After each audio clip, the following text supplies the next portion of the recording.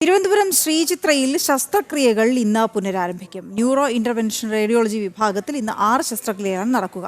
Medical കോളേജിലെ അമൃത് ഫാർമസിയിൽ നിന്നാണ് ശസ്ത്രക്രിയ ഉപകരണങ്ങൾ എത്തിച്ചത്.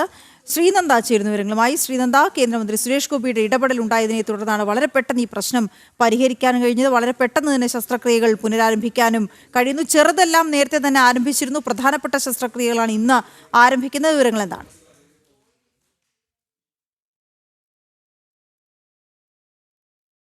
അടിയന്തരമായി നടത്തിയ ഇടപെടലിന് മൂലമാണ് ഇത്രയും പെട്ടെന്ന് തന്നെ മേജർ ശസ്ത്രക്രിയകളെല്ലാം പുനരാരംഭിക്കുന്നതിനുള്ള ഒരു തീരുമാനം എത്തിയിരിക്കുന്നത്. അമൃത് ഫാർമസിയുമായി കരാറിൽ ഏർപ്പെട്ട് ശസ്ത്രക്രിയ ഉപകരണങ്ങൾ എത്തിക്കാനുള്ള ശ്രമങ്ങളൊക്കെ തന്നെ കഴിഞ്ഞ ദിവസം നടന്നിരുന്നു.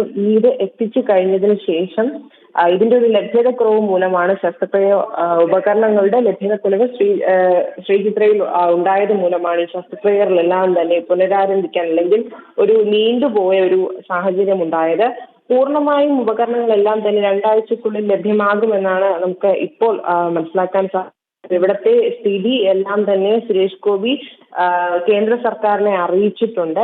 ഇന്നു മുതൽ അമൃത് ഫാർമസിയിൽ നിന്നും മരുന്നുകളും ഉപകരണങ്ങളും നൽകി തുടങ്ങുമെന്ന് നമുക്കിപ്പോൾ ലഭ്യമാകുന്ന വിവരം.